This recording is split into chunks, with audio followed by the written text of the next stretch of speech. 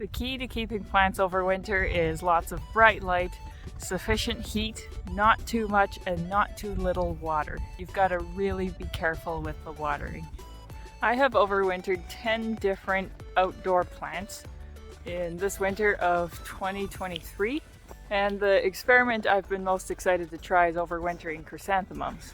The experiment has gone all right. I have noticed a couple things. I had brought in a lot of aphids when I brought these plants inside, so it's been a battle most of the winter to deal with that problem, but I've finally gotten on top of it. Chrysanthemums need very bright, direct light to stay strong. So they've been in a south-facing window, but next time, or if I have them in another location, they will for sure need a full spectrum grow light.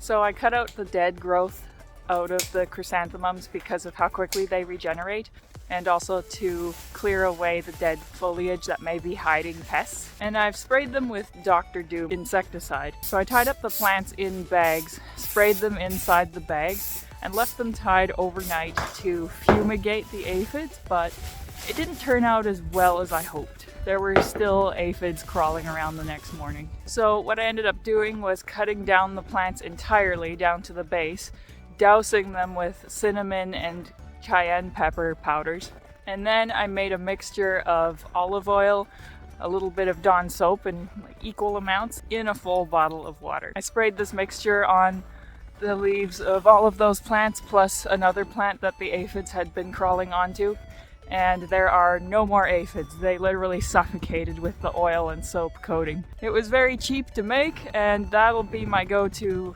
plant spray from now on.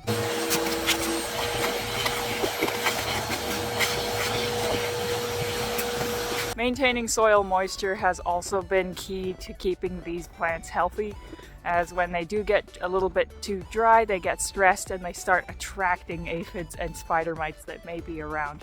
So would I keep chrysanthemums over winter again? Now that I know how to do it, yes.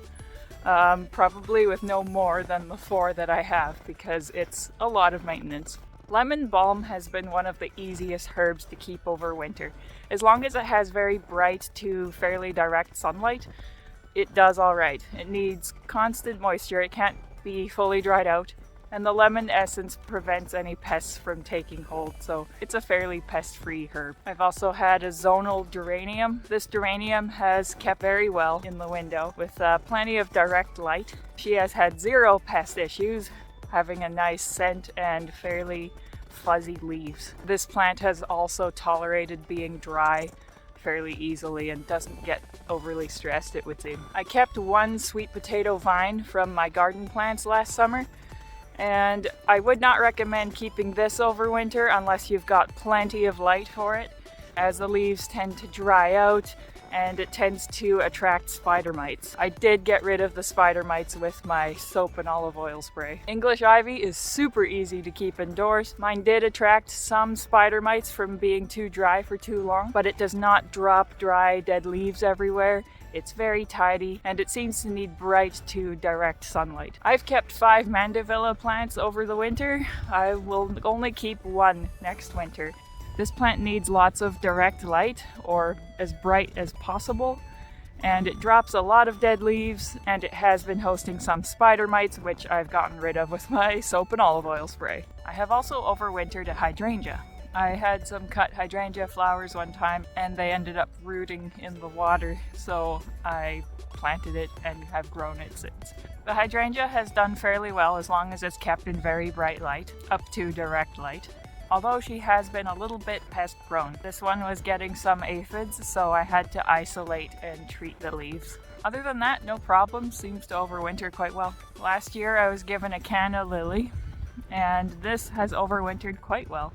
I did have it by our heat register vent, which wasn't a good idea, and she was getting quite dry, but I've moved it to another spot in the room and it's doing a whole lot better.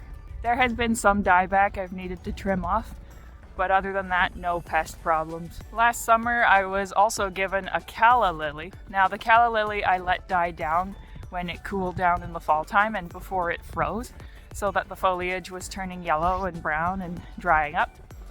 I dug up the bulb, I buried it in some soil and have kept it in the pantry over winter. And recently, I have just planted it into a pot as I'm looking forward to the spring. The bulb did very well stored in soil over this winter, and some sprouts and roots are coming out of it now, so I'm pretty excited to watch it grow. And this monster is my Kimberly fern. I was given this Kimberly fern and told that it might die over the winter, but so far it's stayed alive and seems to be doing all right in the room where I put it. It has a north-facing window. It seems to tolerate fairly low light. However, the side facing the window is more alive than the rest of it, and there has been a lot of dead leaf drop I've had to clean up. It's a fairly messy fern to keep indoors over winter, much like a Boston fern.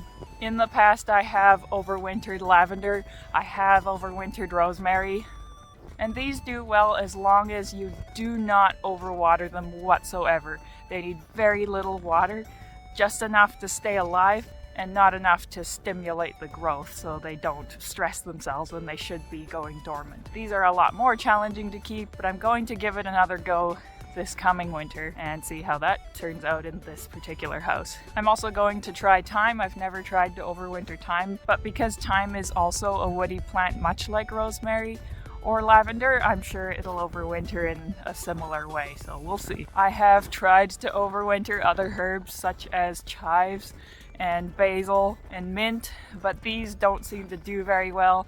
They require a lot more light and heat, and when they get stressed because of not enough light or heat, they attract bugs like crazy, so don't recommend keeping those in. I hope this helps you with any decisions of which plants you are going to overwinter in the coming winter, and I'll see you in the next video. Thanks for watching.